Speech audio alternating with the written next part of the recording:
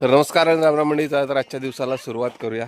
तर आत्ता आम्ही निघालोय शेतामध्ये, कारण आज आहे शनिवार आणि शेतात जायचं आहे. लाकडाच्या भाऱ्यासुद्धा आणायच्या आहे आणि थोडंसं खाजं वगैरे शेतात टाकायचं आहे. सगळी घाण उडलं.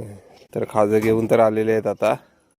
तर हा बघा, यंदा काजूला मोहर सुद्धा लवकर आला. ज्याप्रमाणे पाऊस पडला त्याप्रमाणे थंडी सुद्धा पडली असल्यामुळे यंदा आंबा आणि काजू हा लवकरच खायला भेटणार आहे.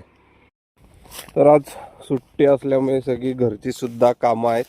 आता न्यायच्या आपणाला भाऱ्या लाकडाच्या काढलेल्या होत्या. साफसफाई चालू असते कोकणामध्ये आणि साफसफाई सगळे काही गवत असतं ते सगळं काढावं लागतं. पुन्हा साफसफाई करून, कारण काजूचा सीझन येतो, काजू जमवण्यासाठी सगळी साफसफाई करावीच लागते.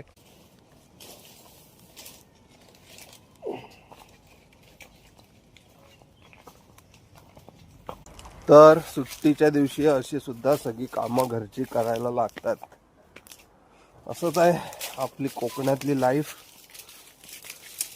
तर आता भात नेण्याचं काम चालू आहे चक्कीवरती. वीज येणार नाही ना, ज्याची आपण वर्षभर मेहनत घेतो शेतीसाठी. आज भात दळायला जायचा आहे. भात गाडीत भरतोय, वरती नंबर लागलाय आणि इकडे साफसफाई चालली आहे. विधीची जबरदस्त काम करते विधी. हात मिलाव आधी, हात मिलाव. मस्त काम केलंयस. तर चॉकलेट हा काय.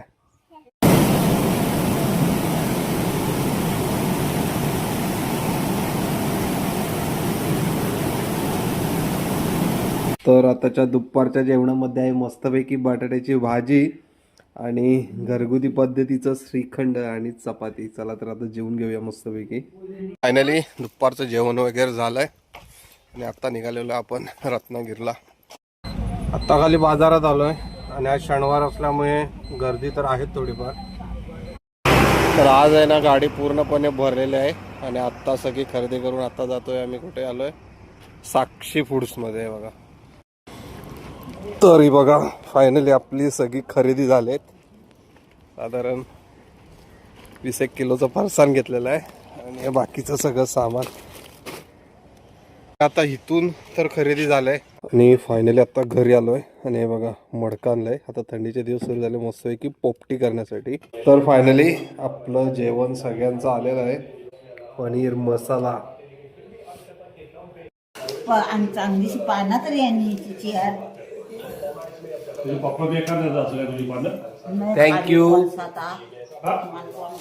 अशा प्रकारे रात्रीचं जेवणाचा आस्वाद घेतलेला.